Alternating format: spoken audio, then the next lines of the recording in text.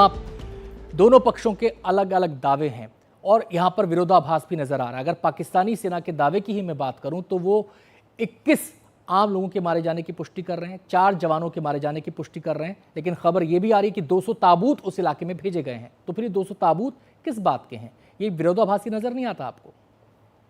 ये देखिए, जब 200 ताबूत की बात सामने आई, उसकी तस्वीर सामने आई, तो पाकिस्तान के पत्रकारों ने जब वहां की अथॉरिटीज से पूछा तो ये कहा गया कि वर्स्ट केस सिनेरियो के लिए ये तैयारी की जा रही है। लेकिन जिस तरीके से ट्रेन पे 450 लोग थे और जिस तरीके से 300 के आसपास के बच के आने या बचा लिए जाने की जानकारी आ रही है, तो उसके बाद सवाल उठता है कि 100 से 150 लोग कहाँ हैं। इनमें से जरूर कुछ जो है वो पहले ट्रेन को अगवा किए जाने के समय मारे गए। उसके बाद जो है पाकिस्तान की सेना ने जब ऑपरेशन चलाया तो उसके बाद जो है बलूच लिबरेशन आर्मी ने पाकिस्तान के उन मुसाफिरों को, उस ट्रेन के मुसाफिरों को मारना शुरू किया जो सिक्योरिटी फोर्स से ताल्लुकात रखते थे।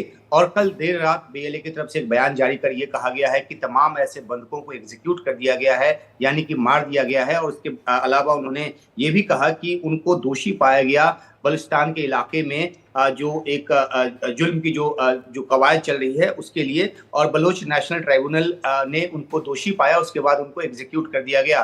तो ये दावा बीएलए की तरफ से किया गया है। अब सवाल है कि अगर 100 से ज्यादा ऐसे लोगों की हत्या कर दी गई है तो उनकी डेड बॉडीज कहाँ है? जाहिर सी बात है कि पाकिस्तान की सेना जो इस इलाके में ऑपरेशन में लगी है या तो जिंदा या फिर डेड बॉडीज को रिकवर करने की कोशिश करेगी, और तभी इतनी बड़ी तादाद में जो ताबूत है वहां पर भेजे गए हैं, क्योंकि आशंका इस बात की है कि इस पूरे हमले में, इस पूरे वारदात में बहुत ज्यादा लोगों की मौत हुई है और वो आंकड़े सरकारी तौर पर पाकिस्तान की तरफ से सामने नहीं आ रहे।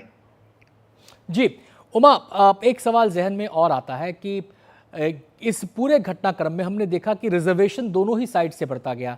पहले हमने देखा कि बीएलए की तरफ से कोई वीडियो जारी नहीं हुआ, बीएलए की तरफ से उस तरीके से दावे अलग अलग माध्यमों से किए जा रहे थे। हमने देखा कि पाकिस्तानी सेना ने, पाकिस्तानी सरकार ने काफ़ी देर तक चुप्पी साधे रखी। ऐसे भी लोग पाए गए पाकिस्तानी एडमिनिस्ट्रेशन के अंदर जो कह रहे थे ये काम तो एसएचओ कर देगा, ऐसे भी लोगों के दावे देखने को नजर आए। तो ये तमाम सवाल उनके रवैये को लेकर भी उठे थे।